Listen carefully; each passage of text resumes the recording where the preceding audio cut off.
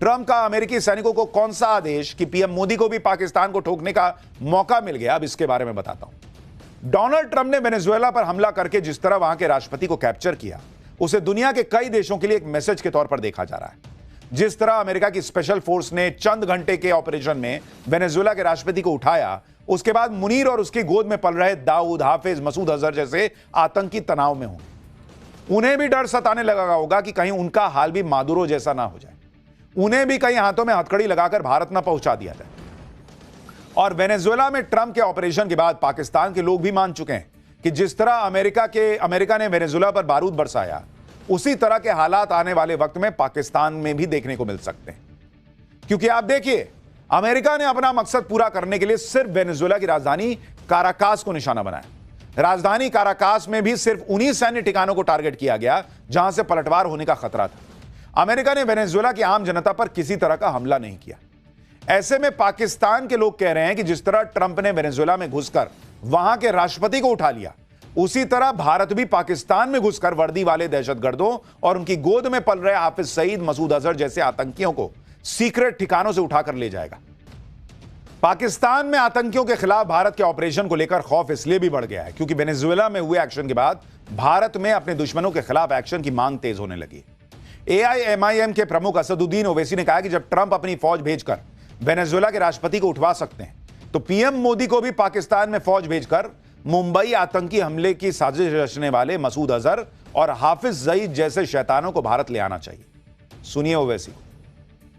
जब ट्रंप अपनी फौज को भिजाकर वेनेजुएला से कदमी को उठा सकता है, जब सऊदी अरब यमन में मुखल्ला के पोर्ट पर बमबारी कर सकता है, मोदी जी हम आपको कह रहे हैं, आप पाकिस्तान में भिजाकर जो मुंबई की सड़कों पर साजिश करने वाले 9/11 के जालिम लोग हैं, चाहे वो मसूद अजहर हो या फिर लश्कर तैयबा का वो जालिम शैतान हो, मोदी जी 56 इंच का सीना है तो भिजाकर उठाकर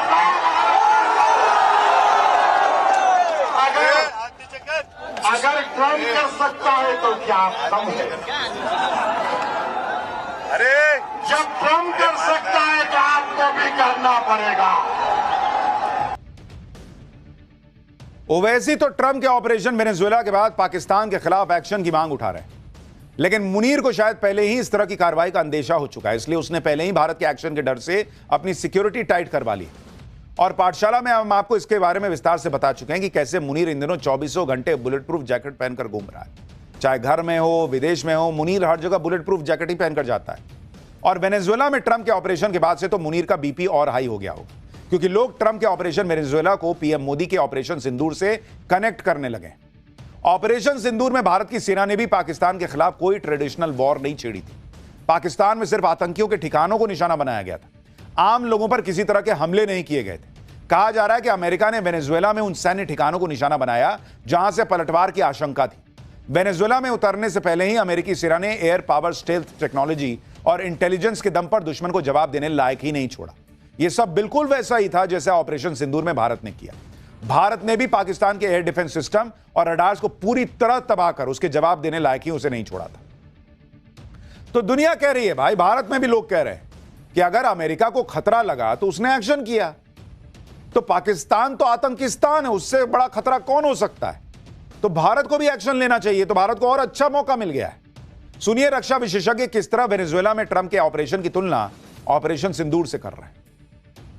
ये जो S-300 surface to air missile है, ये चीन ने पाकिस्तान को सप्लाई किए थे।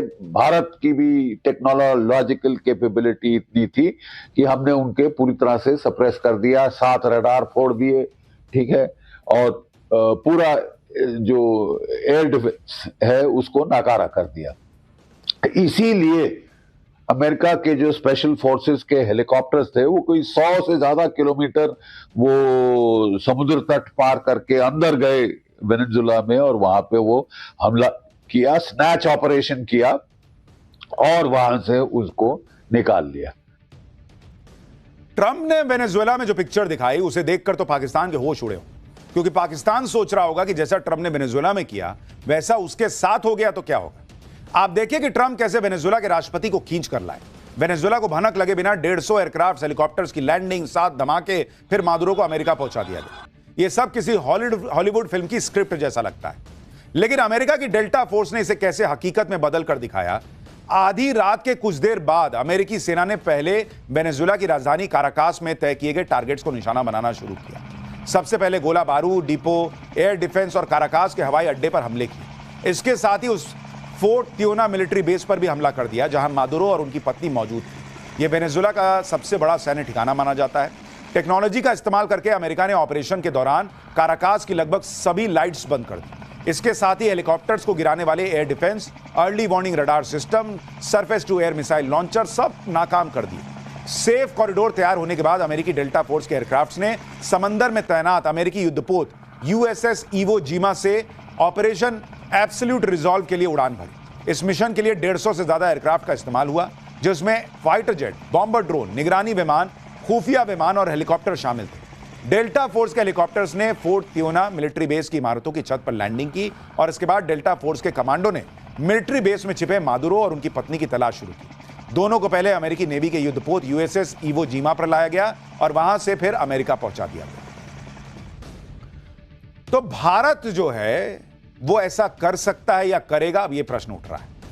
जिस तरह अमेरिका की डेल्टा फोर्स ने हॉलीवुड फिल्मों जैसी कहानी को हकीकत में बदल दिया, उसी तरह पिछले कुछ सालों में इस तरह के ऑपरेशन के लिए भारत की सेना पर भी दुनिया का भरोसा बढ़ा है।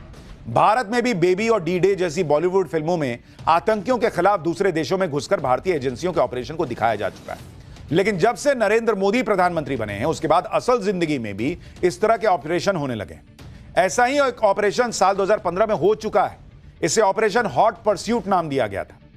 4 जून 2015 की शाम को मणिपुर के चंदेल जिले में 6 डोगरा रेजिमेंट के काफिले पर NSCN के उग्रवादियों ने हमला किया था, जिसमें 20 सैनिक शहीद हुए थे। दावा किया जाता है कि इस हमले के तुरंत बाद दिल्ली में प्रधानमंत्री कार्यालय में हाई लेवल मीटिंग हुई थी, जिसमें ऑपरेशन हॉट परस्यूट को मंजूरी दी गई थी।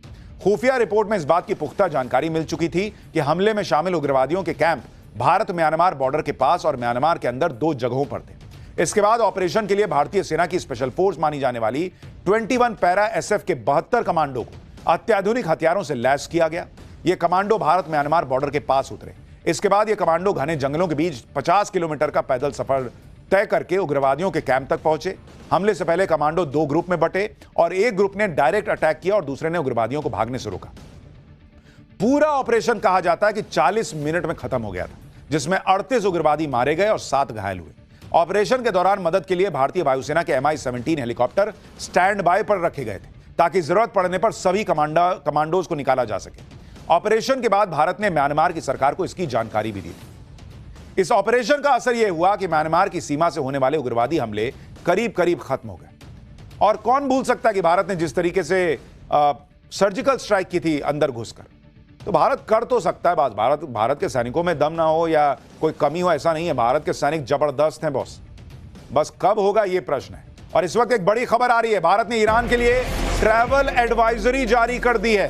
भारतीय नागरिकों को ईरान न जाने की सलाह दी गई है। जरूरी न होने पर ईरान मत जाइए, भारत की सरकार कह रही है।